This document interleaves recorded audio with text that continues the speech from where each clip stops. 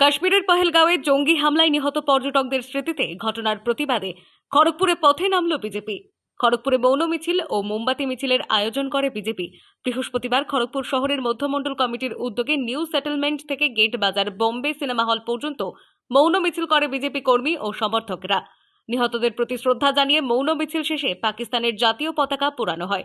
এরপর পাকিস্তান মুর্দাবাদ ধ্বনিতে শহর মুখরিত করে প্রতিবাদ জানানো হয়।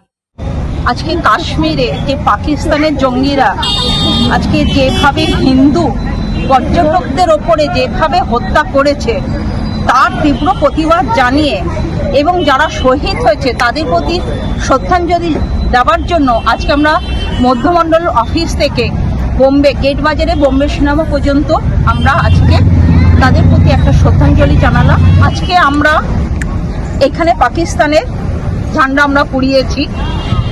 আমরা এক কথা বলছি, পাকিস্তান হাটাও, দেশ বাঁচাও। পশ্চিম মেদিনীপুর থেকে সুমন শঙ্করের রিপোর্ট, টাইমলেস ডিপিকশন নিউজ।